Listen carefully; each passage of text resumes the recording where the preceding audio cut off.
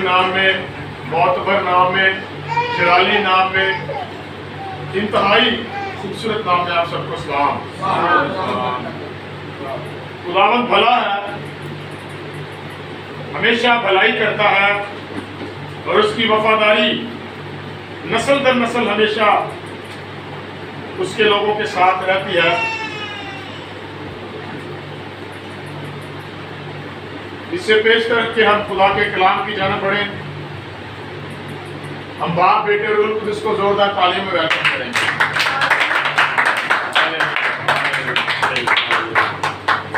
آئیو میرے عزیزو، ہم تھوڑا سا دھیان و ادھیان کلام مقدس کی طرف کریں گے۔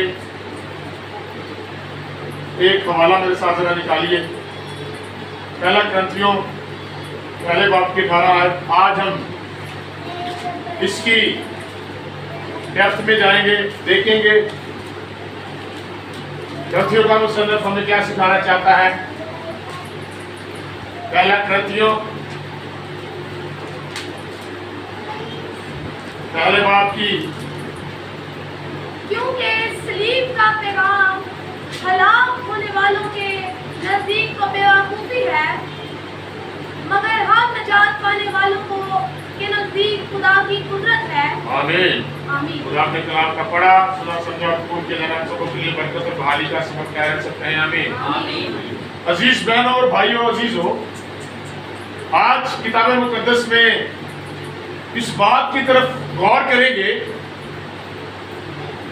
کہ رسول یہ بات لکھتا کیوں ہے، کیوں رسول صلیب کے پیغام کے تعلق سے لوگوں کو سکھانا چاہتا ہے، رسول کیوں صلیب کے پیغام کو کوڈ کرتا ہے، رسول نے صلیب کا پیغام کس کو کہا۔ کتاب مقدس میں سے دیکھیں گے کہ صلیب کا پیغام کیا ہے، اور بھی چند چیزیں سیکھیں گے۔ اگر میں اس آیت کو ہجوں میں پڑھوں تو یوں لکھا ہے، اس لیے کہ صلیب کا پیغام ہلاک ہونے والوں کے نزدیک تو بیوقوفی ہے، مگر ہم نجات پانے والوں کے نزدیک کیا ہے؟ خدا کی قدرت۔ تو یہاں پر میرے نزدیک 5 چیزیں بنتی ہیں، اور 5 چیزوں کا لباب آگے سے کیا نکلتا ہے۔ پہلی چیز صلیب کا پیغام، 5 چیزیں کوڈ کر لیں، نوٹ کر لیں۔ پہلی چیز ہے صلیب کا پیغام، دوسری بات ہے ہلاک ہونے والے، تیسری بات ہے نجات پانے والے،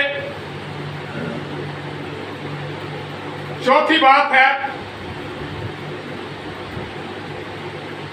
بیوقوف، اور 5ویں بات ہے خدا کی قدرت۔ کتنی چیزیں ہو گئی جی؟ پہلی چیز کیا ہے؟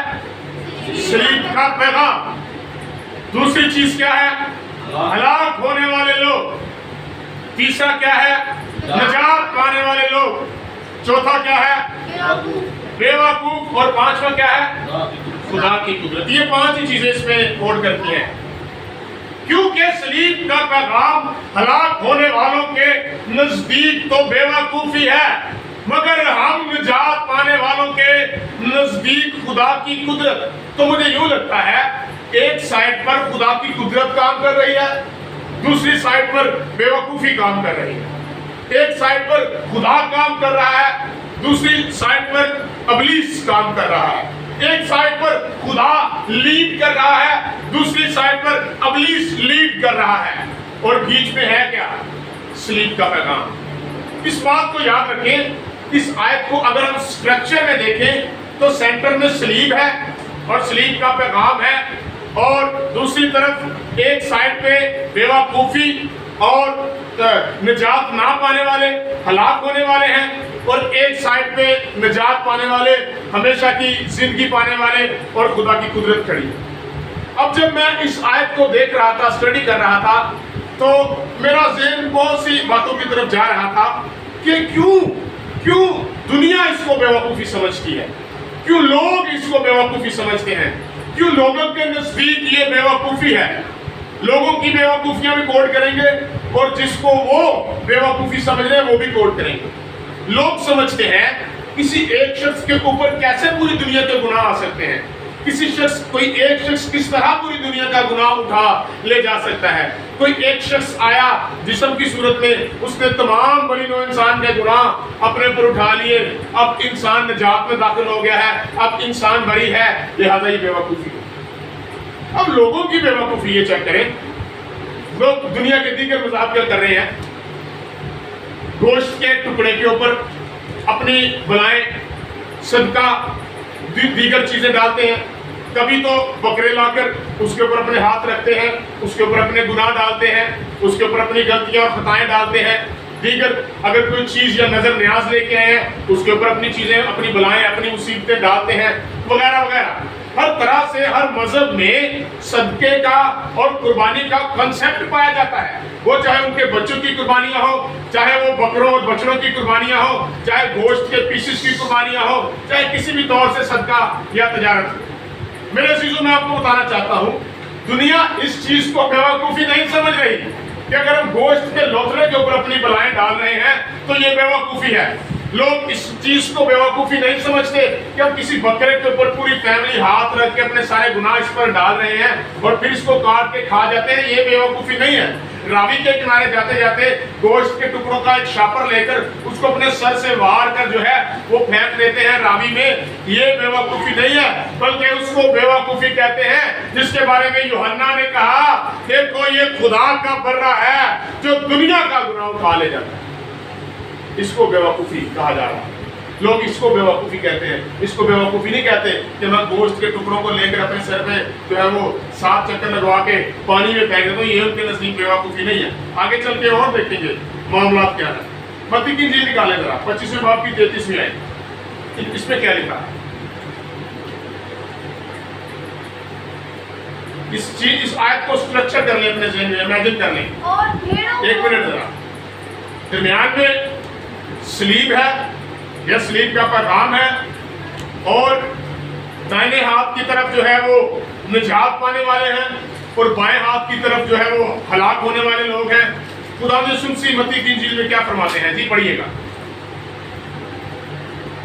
اور بھیڑوں کو اپنے دائیں اور بکریوں کو بائیں کھڑا کرے گا. ہاں جی, تو یہ یسوع مسیح کے بارے میں بات ہو رہی ہے.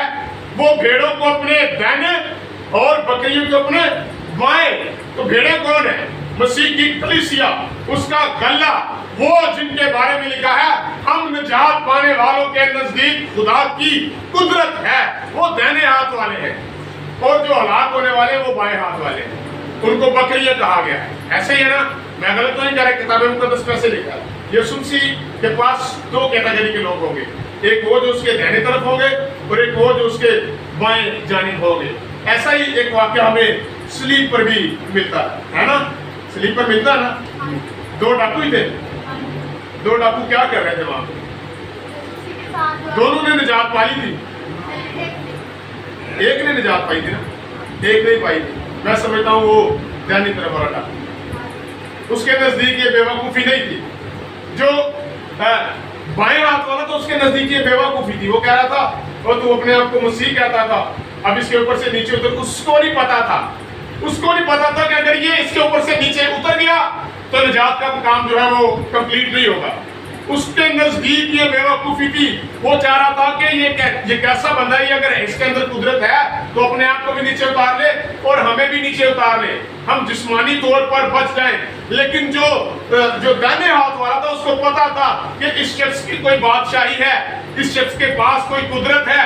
اس نے یہ نہیں کہا اپنے آپ کو بھی اتار لے, مجھے بھی اتار لے. فرق واضح ہے آپ لوگوں کے سامنے. اس نے کہا اے یسوع ناصری, جب تو اپنی بادشاہی میں جائے تو مجھے بھی یاد رکھنا. ہاللیلویا. وہ نجات پانے والا تھا. اس کو یسوع مسیح نے کہہ دیا تھا تو آج ہی میرے ساتھ کے دوست ہوگا. ہاللیلویا. ہم نجات پانے والوں کے نزدیک وہ خدا کی قدرت ہے. میں ایک دفعہ اس بات کے اوپر اسٹڈی کر رہا تھا کہ اس ڈاکو کو کس نے بتا دیا کہ اس کی کوئی بادشاہی بھی ہے. تو سوال ہے, اس ڈاکو کو کس نے بتا دیا کہ یہ کوئی بادشاہ ہے, اس کی کوئی بادشاہی بھی ہے. اس کو کیسے پتا چل گیا؟ حالانکہ دوسرے کو نہیں پتا چلا. یہ سوال تھا. تو میں آج آپ کو بتانا چاہتا ہوں، اور یہ سوال بہت بڑا ہے، اکثر لوگ اس کو جو ہے وہ کوٹ کرتے ہیں. یہ شخص جو ہے در حقیقت یہ یسوع مسیح کے ساتھ ہی اس کا کیس پریزنٹ کیا گیا. یسوع مسیح کے ساتھ ہی اس کا کیس جو ہے وہ پلاطس کی عدالت میں رکھا گیا، ان دونوں ڈاکوؤں کا.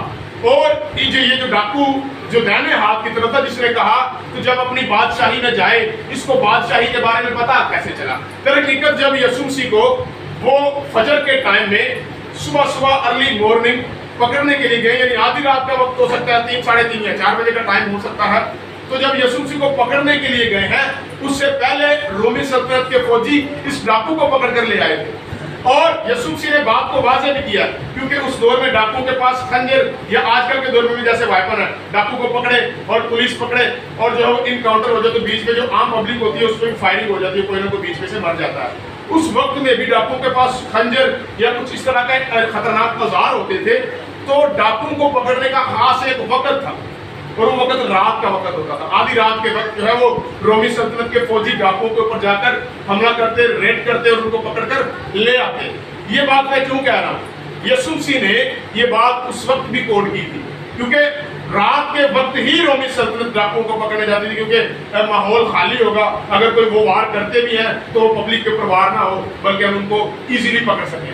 یسوع مسیح نے ان سے کہا، جب وہ یسوع مسیح کو پکڑنے آئے، جب یہودا اسکریوتی نے یسوع مسیح کو ان کے حوالے کر دیا، تو یسوع مسیح نے ایک بات کہی. یسوع مسیح نے کہا، جب میں ہیکل میں ہر روز تھا تو تم نے مجھ پہ ہاتھ نہ ڈالا، بلکہ تم رات کو مجھے ڈاکو کی طرح پکڑنے آئے. یہ ڈاکو اس وقت یسوع مسیح کو دیکھ رہا تھا، یہ سارا ماجرا اس وقت ہو رہا تھا. ایک ہی دن میں یہ پکڑے گئے اور ایک ہی دن میں ان کا کیس پلاطس کی عدالت میں دائر ہوا. اب اگلی بات، یہاں پر بادشاہی کی بات تو نہیں نہ ہو رہی، یہاں پر تو سیدھی بات ہو رہی ہے. یسوع مسیح نے کہا تم ڈاکو کی طرح مجھے پکڑنے کے لیے آئے. جب عدالت میں پیش کر دیا گیا تو وہاں پر یسوع مسیح کے ساتھ گفتگو چل رہی ہے، ایسا ہی ہے نا. اب آپ کو یہ بتا رہا ہوں کہ بادشاہی کا کیسے پتا چلا اس ڈاکو کو. یسوع مسیح کے ساتھ جب گفتگو ہو رہی ہے تو پلاطس نے کہا، کیا تو واقعی یہودیوں کا بادشاہ ہے؟ تو یسوع مسیح نے کیا کہا، میری بادشاہی صرف زمین کی نہیں ہے، اس دنیا کی نہیں ہے، بلکہ کون سی ہے؟ آسمان کی بادشاہی ہے. یہ ڈاکو اس وقت یہ سارے ماجرے کو دیکھ رہا تھا، سن رہا تھا. اس وجہ سے اس کو پتا تھا کہ یہ شخص جو یسوع نامی ہے، یہ آسمان کی بادشاہی کرنے والا ہے، یہ واقعی بادشاہ ہے. یہ جب بادشاہی کرے گا تو اس میں بھی اس کے آگے ریکویسٹ کروں گا کہ مجھے بھی اپنے ساتھ رکھے. اس وقت اس شخص نے یہ سارا ماجرا دیکھا، اور جب یہ صلیب پر آ گیا، یسوع مسیح کے ساتھ مصلوب ہو گیا، سارا کیس اس کا بھی یسوع مسیح کے ساتھ چلا. تب جو ہے دوسرے جو بائیں ہاتھ والا ڈاکو تھا، اس نے کہا خود بھی بچ اور ہمیں بھی بچا. لیکن یہ شخص جانتا تھا کہ یسوع مسیح کی بادشاہی زمین کی نہیں بلکہ آسمان کی. اس شخص نے کہا، اے یسوع ناصری، جب تو اپنی بادشاہی میں جائے، زمین کی بادشاہی میں نہیں بلکہ تیری جو آسمانی. اب دیکھو ڈاکو کو بھی پتا تھا کہ میں مر جاؤں گا، اس کو یہ بھی پتا تھا کہ یسوع مسیح بھی مصلوب ہو رہا ہے. ایسا ہی ہے نا. یسوع مسیح کے یہ الفاظ بھی اس نے لازمی سنے ہوں گے جب پلاطس کہتا ہے کہ میرے پاس اختیار ہے کہ میں تجھے چھوڑ دوں. اس نے کہا یہ اختیار اگر تجھے آسمان کی طرف سے نہ ہوتا تو میرا باپ بھی باقا نہ کر سکتا، بلکہ میرا باپ میرے لیے 12 تمن فرشتوں کے بھیج کر مجھے بچانے کی قدرت رکھتا ہے. تو یہ ڈاکو سارا ماجرا دیکھ رہا ہوگا، وہاں پہ سن رہا ہوگا کہ واقعی یہ شخص جو باتیں کرتا ہے یہ حقیقی باتیں ہیں، یہ زندگی کی باتیں ہیں. یہ جو بات کر رہا ہے یہ ایتھینٹک بات کر رہا ہے. اگر یہ چاہتا تو پلاطس اس کو چھوڑ سکتا تھا. اگر یہ زمین کی بادشاہی چاہتا تو پلاطس سے یہ بات کرتا ہی. پلاطس نے خود کہہ دیا تھا کہ میں تجھ میں کوئی گناہ نہیں پاتا. اگر یہ بادشاہ یہ دنیا کی بادشاہی چاہتا تو واقعی یہ پلاطس کے آگے جو ہے وہ اقرار کر لیتا. اس بادشاہ اور اس ڈاکو کو پتہ چل گیا تھا کہ واقعی اس شخص آسمان کی بادشاہی ہے. میرے عزیزوں، میں آپ کو بتانا چاہتا ہوں، صلیب کے ایک طرف ہلاک ہونے والا شخص، دوسری طرف زندگی پانے والا شخص، کیٹاگری ہمارے سامنے 2 کیٹاگری کے لوگ ہیں. اب میں آپ کے سامنے ایک اور بات رکھوں گا کہ صلیب کا پیغام کیا ہے. ہم میں سے کون جانتا صلیب کا پیغام کیا ہے؟ تم پادری صاحب، صلیب کا پیغام کیا ہے؟ محبت کا پیغام ہے. ہم بچپن سے سنتے آ رہے ہیں. کوئی اپنے اپنے کمنٹس دے. صلیب کا پیغام کیا ہو سکتا ہے؟ نجات ہے. Very good. ہاں جی، اس نے اپنا اکلوتا بیٹا بخش دیا. اور کوئی؟ صلیب کا پیغام کیا ہو سکتا ہے؟ آج کتاب مقدس میں سے ہم سیکھیں گے صلیب کا پیغام. ہم نے یہ سیکھا ہلاک ہونے والے اور نجات پانے والے لوگ. ہم اب سیکھنے لگے ہیں کہ صلیب کا پیغام کیا ہے. اس کے بعد ہم سیکھیں گے خدا کی قدرت اور بے وقوفی، جو دنیا کی بے وقوفی. صلیب کا پیغام ہلاک ہونے والوں کے نزدیک بے وقوفی ہے. لیکن ہمیں یہ تو پتہ چلے صلیب کا پیغام کیا ہے. صلیب پیغام کیا دے رہی ہے. صلیب کہنا کیا چاہتی ہے. صلیب بتانا کیا چاہتی ہے. صلیب کے تعلق سے رسول کیا پیغام دینا چاہتا ہے. رسول کے لبوں پر کون سے الفاظ ہیں. افسیوں کا خط نکالو. دوسرے باب کی ذرا 16 کو پڑھیں. ہم دیکھ رہے ہیں صلیب کا پیغام کیا.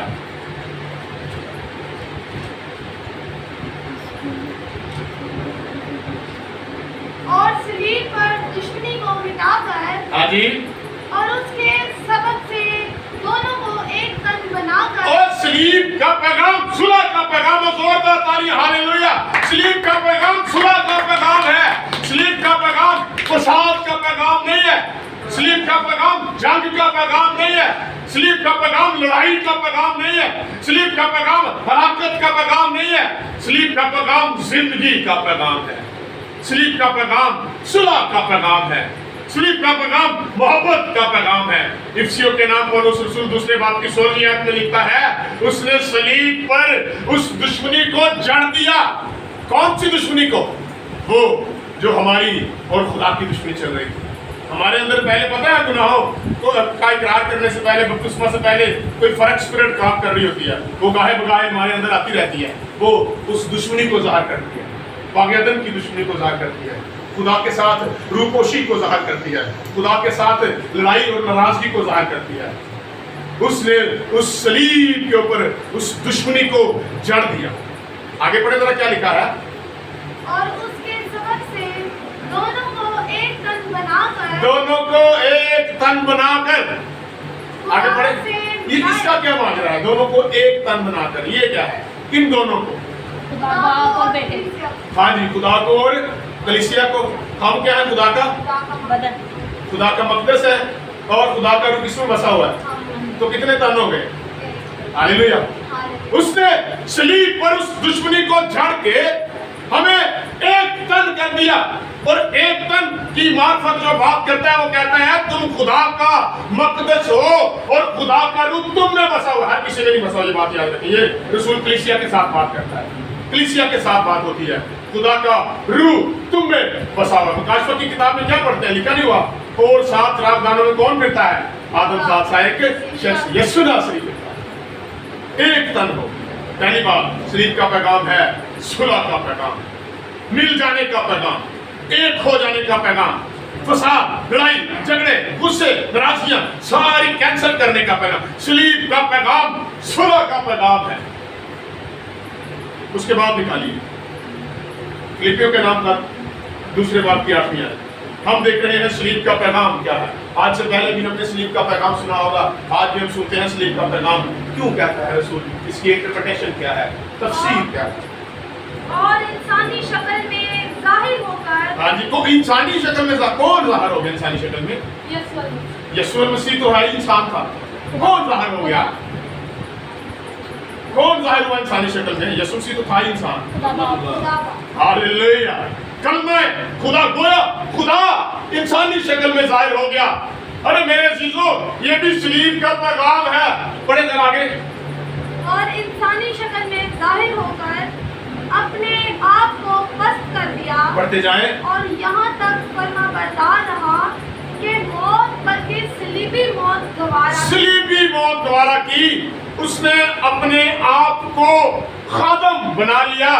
اس کلمت اللہ نے، اس کلمہ خدا نے اپنے آپ کو پست کر دیا انسان کے واسطے، تاکہ انسان خدا کے ساتھ میل ملاپ کر سکے. اس نے اپنے آپ کو پست کر دیا اور خادم کی صورت اختیار کی. صلیب کا پیغام یہ بھی ہے کہ خدا اور کلمہ خدا جس کو ہم خدا کا بیٹا کہتے ہیں وہ انسانی شکل میں ظاہر ہو گیا. یہ صلیب کا پیغام. اور کسی مذہب کے پاس ایسا پیغام نہیں.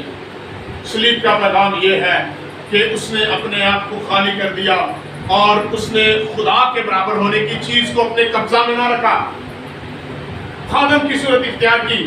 سلیب کا پیغام یہ ہے کہ خدا انسانی شکل میں ظاہر ہوا. ہاللویا. یہ سلیب کا پیغام ہے. لوگوں کے نزدیک یہ بے وقوفی ایسا ہی ہے نا.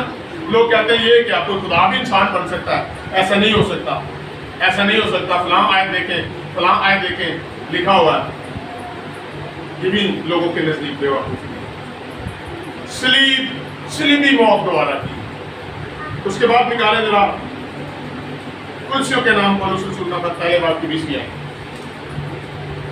صلیب کا پیغام ہم سیکھ رہے ہیں. صلیب کا پیغام ہلاک ہونے والوں کے نزدیک تو بے وقوفی ہے. ہم ان بے وقوفوں کو بتانا چاہتے ہیں, ان بے وقوفوں کو بتانا چاہتے ہیں کہ صلیب کی قدرت کیا ہے, خدا کی قدرت کیا ہے. جی پڑھیں. اور اس کے خون کے سبب سے ہاں جی, جو صلیب پر بہا. کہاں پر بہا؟ صلیب پر بہا. صلیب پر بہا. اس کے خون کے وسیلہ سے جو صلیب پر بہا کیا ہوا؟ یہ صلح کر کے سب چیزوں کا اسی کے وسیلہ سے اپنے ساتھ میل کر لے. Hallelujah, hallelujah, hallelujah. آسمان کون ایسا ہے جو اپنا خون بہا کر دو لوگوں کی صلح کروا دے؟ ارے کوئی نہیں ہے. کلام مقدس میں لکھا ہے کسی بے گناہ کے لیے بھی کوئی شخص مشکل سے اپنی جان دے گا, اور اس نے ہم گناہ گاروں کے واسطے اپنی جان دے دی. ہاللویا. صلیب کا پیغام قربانی کا پیغام ہے. صلیب کا پیغام محبت کا پیغام ہے. صلیب کا پیغام میل ملاپ کا پیغام ہے. صلیب کا پیغام جو ہے وہ اپنے آپ کو زیر کر دینے کا پیغام ہے, اپنے آپ کو پیش کر دینے کا پیغام ہے. یسوع مسیح نے اپنے آپ کو پیش کر دیا, صلیب کے اوپر اپنا خون بہا کر صلح کروا دی. ہاللویا. آگے نکالیے دوسرے بات کی 14 ہے. کرسیوں کا خط بھی پڑھتے جائیں ذرا. صلیب کا پیغام کیا ہے؟ اور حکموں کی وہ دستاویز مٹا ڈالی. کون سی دستاویز؟ حکموں کی وہ دستاویز جو کیا تھی؟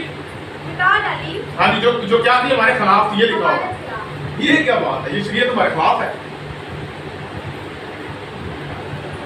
یہی حکموں کی دستاویز تھی نا. شریعت ہمارے خلاف ہے. ہاں جی پادری صاحب.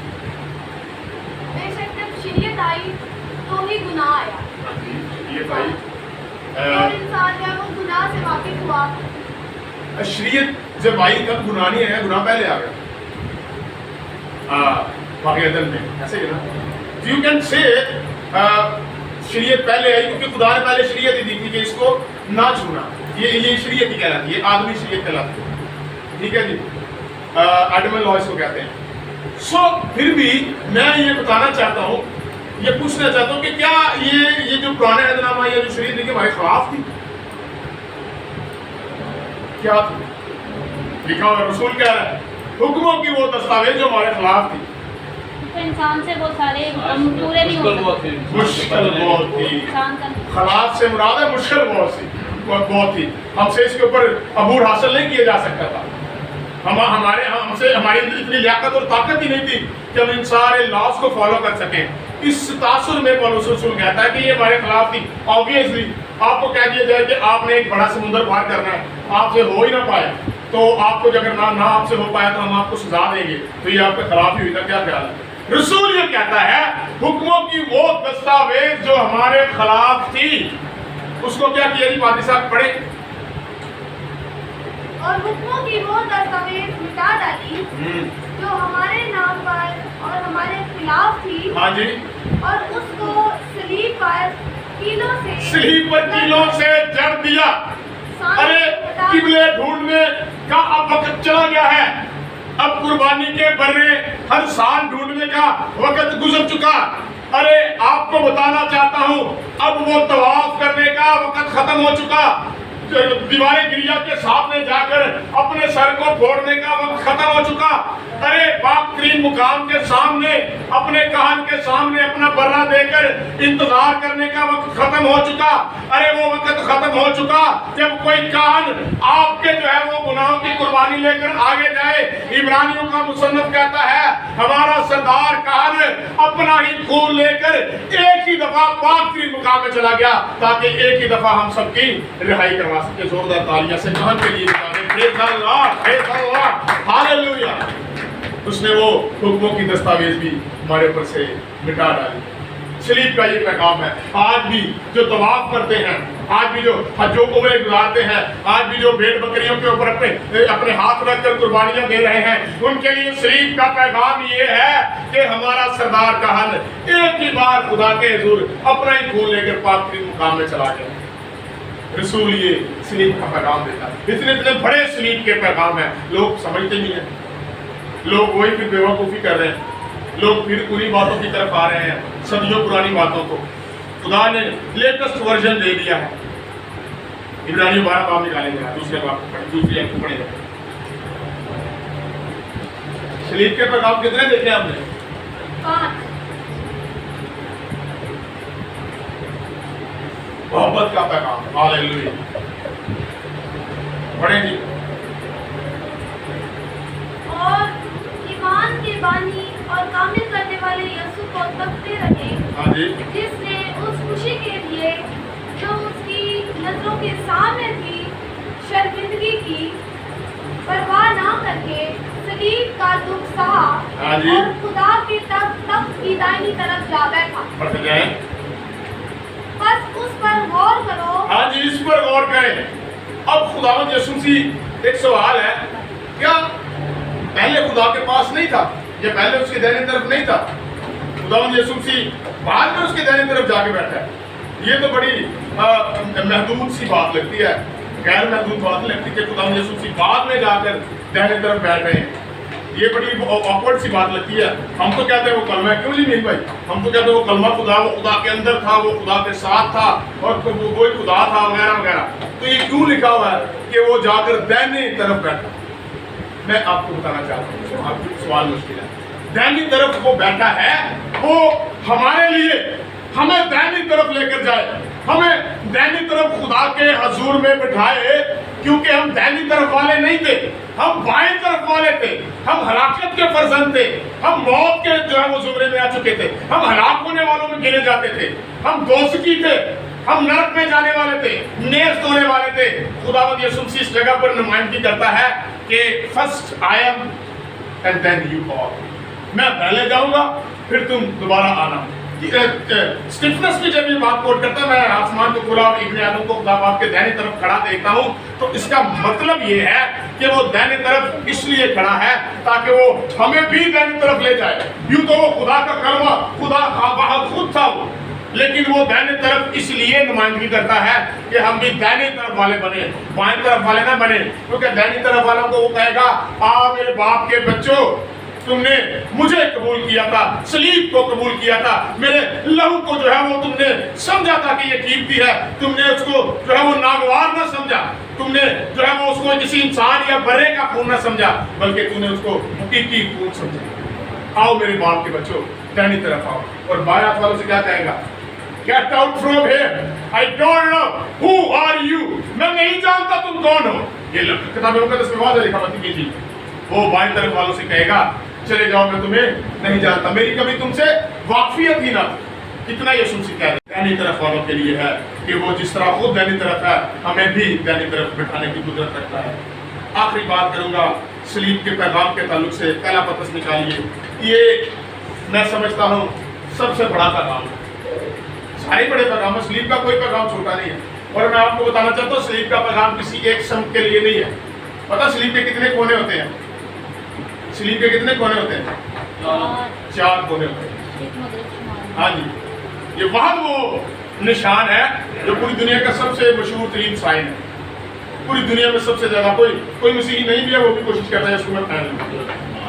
مغرب شمال جنوب، مشرق مغرب شمال، یسوع کی صلیب چاروں دشاؤں سے پوری دنیا کو بلاتی ہے۔ ارے یہ صلیب کا پیغام ہے جو پوری دنیا میں جاتا ہے۔ اسی لیے یوحنا کہتا ہے، دیکھو یہ خدا کا برہ ہے جو پوری دنیا کا گناہ اٹھا لے جاتا ہے۔ ہاللیلویہ، اپنی طرف پوری دنیا کا گناہ اٹھا لے جاتا ہے، چاروں دشاؤں سے اپنی طرف لوگوں کو کھینچتی ہے یہ صلیب۔ پڑھیں جی کیا لکھا ہے؟ جی پہلا پطرس اس کا دوسرے باب کی 24 ذرا پڑھیں۔ خاص اس بات کو نوٹ کرنا ہے آپ سب نے، میں درخواست کرتا ہوں خدا کے کلام کے سامنے میں آپ سے محنت کرتا ہوں، اس بات کو ذرا سمجھ لیں۔ اگر اس بات کو سمجھ گیا پورے صلیب کے پیغام کو سمجھ لیں، یہ بات یاد رکھیں۔ جی، اور حاکموں بدکاروں کی سزا اور نیکوکاروں کی تعریف کے لیے اس کے بھیجے ہوئے ہیں۔ پہلا پطرس دوسرے باب کی 24 آیت پڑھ رہی ہیں۔ وہ آپ ہمارے گناہوں کو، وہ آپ سے مراد ہے اپنی مرضی سے، اس کو کسی نے تشدد نہیں کیا اس کے اوپر کہ جناب آپ نے سلیب لینی ہے، آپ نے، وہ آپ، یسائی کی کتاب میں کیا لکھا ہے؟ لکھا ہے کہ اس نے کہا میں سے کون جائے گا، میں نے کہا میں آ جاؤں گا، خدا یسوع سے نے کہا ہاللیلویا میں آ جاؤں گا۔ باپ نے بھی اس کو تشدد نہیں اس کے اوپر کیا، بیٹا اپنی مرضی سے جان دیتا ہے۔ یسوع سے نے کہا مجھے میری جان دینے کا بھی اختیار ہے، اس کو واپس لینے کا بھی اختیار ہے، کوئی اسے مجھ سے چھینتا نہیں ہے۔ یسوع مسیح آپ اپنی مرضی سے اپنے لوگوں کے لیے آگ کی بھٹی میں بھی آ جاتا ہے، کلوری کی پہاڑی پر بھی آ جاتا ہے، کھوپڑی کی جگہ پر بھی آ جاتا ہے، صلیب پر بھی آ جاتا ہے، یروشلم کی گلیوں میں بھی آ جاتا ہے، پلاطس کی عدالت میں بھی آ جاتا ہے، اس جگہ پر بھی آ جاتا ہے جہاں پر لوگ اس کے اوپر تھوکتے ہیں۔ ہم کیا ہیں؟ ہماری بڑی انسلٹ ہوتی ہے، ہماری بہت زیادہ انسلٹ ہوتی ہے، کوئی بات کرتے ہیں ہم کہتے ہیں کہ یہ بات تو نے اچھی نہیں کی، میری اتنی انسلٹ کی ہے 10 بندوں کے سامنے، پوری دنیا کے سامنے جس کی انسلٹ ہوئی ہے یسوع مسیح کی۔ کوئی ایسا شخص نہیں گزرا جس کی پوری دنیا کے سامنے انسلٹ، کسی ایک جزیرے میں ایک خطے میں اگر کوئی آتا ہے اس کی انسلٹ ہوئی ہے وہاں پہ ختم ہو گیا۔